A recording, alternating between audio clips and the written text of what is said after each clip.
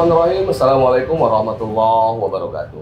Masih bersama saya Abdul Hafiz Sarahab, Ketua Pengurus Daerah Al-Jamiatul Wasliyah Kota Medan dari arena Musabaqah Tilawatil Quran ke-56 Kota Medan yang diselenggarakan di Stadion Mini Universitas Sumatera Utara. Seperti janji kita kemarin bahwa hari ini kita akan kedatangan tamu-tamu istimewa, dan hari ini telah hadir bersama kita Ketua Pengurus Wilayah Jamiatul Wasliyah Sumatera Utara, Ustadz Dr. Haji Dedi Iskandar Batubara. Beliau juga adalah salah seorang senator utusan Sumatera Utara. Kita sapa dulu beliau yang telah hadir di tengah-tengah kita. Assalamualaikum Ustadz. Waalaikumsalam warahmatullahi wabarakatuh. Waalaikumsalam. Baik, hadir juga ada teman kami, teman kita bersama di sini untuk bincang-bincang sore jelang maghrib ini. Ada Ustadz Abdurrahman Hasibuan. Assalamualaikum Ustaz. Waalaikumsalam warahmatullahi wabarakatuh. Baik, mudah-mudahan kita sehat walafiat, tetap dalam lindungan Allah Subhanahu wa taala. Bincang-bincang sore jelang maghrib kita akan membahas tentang seputar Musabaqah Tilawatil Quran ke-56 Kota Medan tahun 2023 ini. Di awal kita ingin tanya-tanya lah dulu sedikit kepada Ketua Wilayah Al-Wasliyah Sumatera Utara. Bagaimana kira-kira beliau melihat perhelatan MTQ Nasional ke-56 di Kota Medan ini, yang mana setelah 2 tahun sedikit kurang bergairah disebabkan adanya pandemi COVID, dan hari ini beliau mungkin ada di Medan ketika dari mulai pembukaan kemarin, mungkin melihat di media massa, media sosial, dan seterusnya. Kira-kira gimana menurut Ustadz pelaksanaan MTQ kali ini? Ya, MTQ itu selalu punya rasa yang berbeda setiap tahun menurut saya. Setiap kali pelaksanaan MTQ, tempatnya berpindah-pindah. Kita cerita konteks Medan dulu ya, konteks Medan. Dari satu kecamatan ke kecamatan berikutnya saling berpindah-pindah. Dan masing-masing daerah dan masing-masing kecamatan ini punya taste yang beda-beda. Tapi saya kira intinya kan MTQ ini siar Al-Quran, ini siar dakwah, ini siar Islam, yang kemudian begitu banyak orang-orang yang punya kemampuan menghafal Quran, membaca Quran dengan baik, memahami Al-Quran, bisa menyampaikan dakwah dengan Al-Quran, itu kemudian dipertandingkan di arena ini. Dan bahkan juga ada yang menulis cantik Al-Quran, dan bahkan sekarang juga ada yang tafsir Al-Quran. Saya kira dengan MTQ yang secara konsisten dilaksanakan setiap tahun, terutama di Kota Medan, ini senantiasa bisa menjadi alat dakwah kita yang yang efektif untuk menyampaikan pesan-pesan kebaikan, dan kemudian orang akan kumpul di sini. Jadi selain sisi dakwah, sisi siar, saya juga ada sisi ekonomi.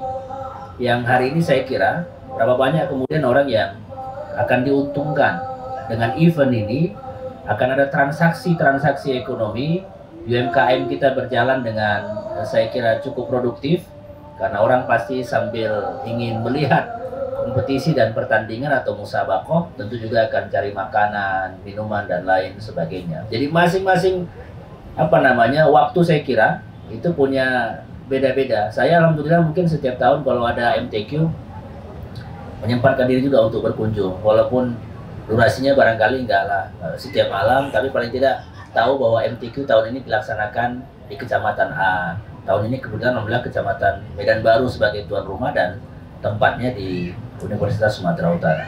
Mungkin begitu ya? Tadi disampaikan bahwa dengan adanya perpindahan tempat dengan tuan rumah dari kecamatan yang satu ke kecamatan yang lain, kira-kira bagaimana kalau sekiranya pemerintah kota mencanangkan satu program bahwa MTQ itu tak harus pindah-pindah? Ya. Misal saja ada wacana dibangun atau ditempatkan satu titik di tempat tertentu yang itu fungsinya adalah untuk penyelenggaraan MTQ setiap tahunnya, meski tuan rumahnya tetap bergilir dari kecamatan A, B, dan seterusnya, sehingga lokasi itu permanen menjadi lokasi MTQ dan pusat kegiatan Islam. Gimana kira-kira pandangan Ustaz? Ya, ini ada plus minus nih kalau saya. Biasalah kalau orang sosial kan selalu begitu ya. Nggak pernah ada yang salah dia. Ya dua-duanya benar. Satu sisi kalau memang itu kemudian dimaksudkan untuk melakukan sentralisasi kegiatan dan itu bisa menghimpun orang dalam jumlah yang banyak dan penanggung jawabnya bisa bergiliran sih, boleh juga ide itu. Tapi pada sisi lain saya kira memang dengan luasnya wilayah Kota Medan, ada 21 kecamatan, kalau kemudian beban ini di-share kepada kecamatan setiap tahun, tentu kehidupan dakwah dan syiarnya kan di masing-masing kecamatan akan tumbuh setiap tahun dengan berbeda-beda tempat, dan saya kira tanggung jawabnya akan semakin besar kalau itu dilakukan di wilayah kecamatannya masing-masing. Plus juga saya kira akan ada muncul sense of belonging ya, rasa kepemilikan terhadap MTQ itu, bahwa ini kecamatan ini sekarang di tempat kami nih penyelenggaraan dan tuan rumahnya. Itu satu sih. Tapi saya kira dua-duanya punya perspektif yang baik saja sih menurut saya. Iya, karena begini, karena ada kemarin kan sempat kita juga dari Al-Wasliyah diundang untuk berdiskusi tentang akan dibangunnya Islamic Center Medan, itu di sekitar di wilayah utara. Nah, pada pertemuan itu dari Al-Wasliyah Medan kita sarankan bahwa itu menjadi pusat kegiatan Islam dan semua organisasi kemasyarakatan Islam mendapat tempat dan ruang di lokasi itu. Sehingga tidak dengan luas yang sekian belas hektar itu sesungguhnya memungkinkan untuk dilokalisasi seluruh aktivitas keagamaan Islam, terutama MTQ yang rutin setiap tahun dilakukan. Jadi itu yang sesungguhnya ingin kita sampaikan, dan itu akan menjadi program, saya kira menjadi program pemerintah kota lah melalui wali kota Pak Bobi Afif Nasution hari ini. Iya, saya sepandangan sih dengan Ustaz Hafiz. Saya kira tinggal nanti barangkali PR-nya begini menurut saya, supaya di kecamatan itu juga tetap hidup suasana MTQ-nya, ya. Penyelenggaraan eventnya di tingkat kecamatan ini mesti dimaksimalkan dan betul-betul terlaksana begitu loh.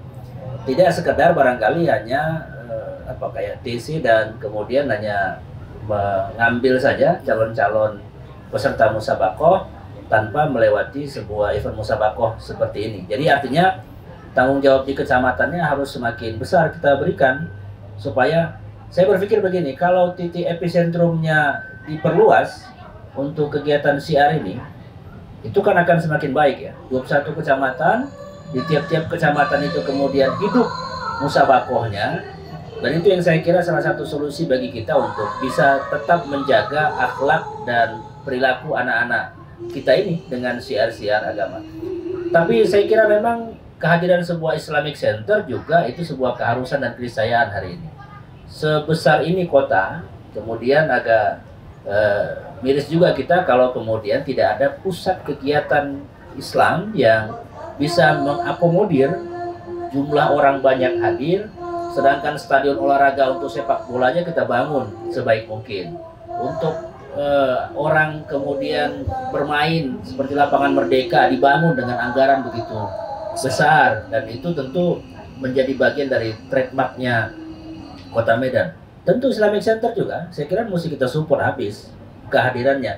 Dan iya, kalau kemudian Islamic Center itu dibangun tapi kemudian event tidak ada dilaksanakan, tidak ada kegiatan, juga nanti akan sepi lagi dan akan jadi bangunan angker lagi nanti karena nggak ada kegiatan. Dan saya kira tidak hanya sebatas pelaksanaan MTQ setiap tahun yang menjadi pusatnya di situ, tapi event-event lain juga, apakah itu hari besar keagamaan, kemudian event-event khusus misalkan yang sifatnya tidak ada agenda rutin, saya kira juga mesti dilokalisasi di tempat yang seperti itu. Gitu. Baik, itu kan mungkin tadi pandangan dalam perspektif Ketua Al-Wasliyah sebagai Ketua Ormas ya. Di lain pihak kan Ustadz Dedi juga adalah senator kita, anggota DPD RI 2 periode. Dan insya Allah kabarnya akan maju lagi pada kontestasi berikut sebagai calon anggota DPD. Nah, bagaimana pandangan kalau kita kaitkan dengan kapasitas sebagai tentunya pejabat negara lah, saya kira, terhadap apa yang dicanangkan oleh pemerintah kota akan membangun Islamic Center itu? Saya termasuk yang sangat mendukung.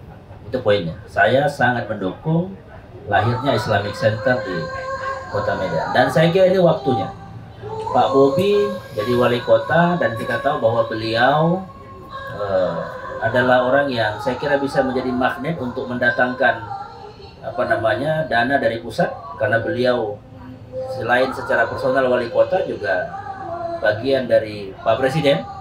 Dan saya kira ini waktunya dimana kemudian pusat itu memberikan atensi yang besar kepada pembangunan kota Medan. Dan saya kira pelan-pelan kita mulai lihat ini. Ya walaupun ini masih agak macet lah di beberapa titik, tapi kan itu dalam kerangka untuk menyelesaikan masalahnya. Dan tentu tidak bisa simsalabim karena ini kan bukan main sulap. Ini pekerjaan yang harus didesain sedemikian rupa sehingga kemudian pada waktunya ketika beliau harus mengakhiri masa jabatannya sebagai wali kota, apa yang sudah menjadi visi misinya termasuk Islamic Center itu bisa terwujud. Dan saya hakul yakin lah dengan kondisi yang ada sekarang, insya Allah tercapai. Dan saya menjadi bagian yang ikut mendorong proses percepatan itu, tentu dalam perspektif sebagai wakil daerah, sebagai orang yang kemudian punya tanggung jawab konstitusional, bawa aspirasi dan keinginan daerah. Dan ini kan aspirasi yang sudah cukup lama ya. Sudah sangat lama sekali keinginan. Jadi ada dari beberapa wali kota sebelumnya sebetulnya ini. Gitu ya Ustaz Hafiz ya. Saya kira memang udah waktunya lah ini kita punya Islamic Center ya. Sudah waktunya. Ya, mudah-mudahan apa yang disampaikan oleh Ustaz Dedi dalam kapasitas Ketua Al-Wasliyah Sumatera Utara dan anggota DPD ini bisa sampai ke beliau bahwa Al-Wasliyah Sumatera Utara secara keseluruhan mendukung untuk lahirnya Islamic Center di Kota Medan. Terakhir saya kira ini mungkin pertanyaan pamungkas lah ya. Semalam saya juga tanya kepada narasumber terkait dengan hadirnya stand Al-Wasliyah di perhelatan MTQ nasional ini. Kira-kira Ustadz Dedi, Mbak, tentu dalam perspektif Al-Wasliyah ya, tentu saya kira melihatnya hadirnya stand Al-Wasliyah di MTQ ini. Saya kira ini bukan sesuatu yang hebat-hebat kali sebetulnya. Ini wajar dan harus gitu loh. Dalam setiap event MTQ ini harus ada stand Al-Wasliyah sebagai ormas Islam terbesar yang lahir dan tumbuh berkembang di Sumatera Utara. Saya kira space harus diberikan, bahkan mungkin harus lebih spesial dibandingkan yang lain. Karena kita ini pendiri, ya, kita ini menjadi bagian yang tak bisa dipisahkan dari Kota Medan karena kita lahir di sini, tumbuh di sini, berkembang di sini. Dan saya kira udah benar lah ini. Tahun depan barangkali boleh ditambah lagi nih. Tambah stand ya. Kemarin ini satu mungkin jadi tiga. Jadi tiga stand gitu kan. Mungkin selain PD Al-Wasliyah Medan mungkin ada muslimannya, kemudian ada juga mungkin pemuda gitu ya. Mungkin bisa ditambah. Saya kira begitu nih. Jadi ini saya kira apresiat betul lah kepada PD Al-Wasliyah Kota Medan periode kali ini yang cukup banyak memberikan inovasi-inovasi dan terobosan-terobosan. Meskipun barangkali langkah-langkah ini sebenarnya bukan langkah-langkah yang terlalu luar biasa, hanya saja memang difikirkan, karena difikirkan kemudian dieksekusi, karena dieksekusi orang lain tahu bahwa kita melakukan sesuatu, begitu Ustaz Hafiz. Baik, saya kira itu menjadi pernyataan pamungkas, pertanyaan pamungkas dari kita. Dan terakhir kita mintalah closing statement dari Ustadz Dedi terkait dengan kegiatan MTQ ke-56 Kota Medan. Ya, selamat bermusabakoh kepada seluruh kafilah yang hari ini hadir di Stadion Mini USU Medan Baru untuk musabakoh tilawatil Quran ke-56 tingkat Kota Medan. Insya Allah dari arena ini akan lahir para qori, para hufaz, para kaligrafer, para mufassir, para muhaddits yang tentu akan pada gilirannya menjadi duta-duta Sumatera Utara di tingkat nasional bahkan internasional, dan kita tidak akan pernah kering dari kader-kader itu. Saya kira itu. Baik, demikian bincang sore jelang maghrib kita bersama Ustadz Dedi Iskandar Batubara, Ketua Al-Wasliyah Sumatera Utara yang juga anggota DPD RI utusan Sumatera Utara. Terima kasih kepada seluruh pemirsa, terima kasih kepada pemerintah Kota Medan, terkhusus kepada Bapak Wali Kota Bobi Afif Nasution, terima kasih juga kepada Bapak Rektor Universitas Sumatera Utara, Profesor Dr. Muryanto Amin. Semoga apa yang kita lakukan mendapat ridho dan rahmat dari Allah Subhanahu wa Ta'ala, dan kita tetap akan menjalin kolaborasi Medan Berkah. Demikian, Assalamualaikum warahmatullahi wabarakatuh. Waalaikumsalam warahmatullahi wabarakatuh.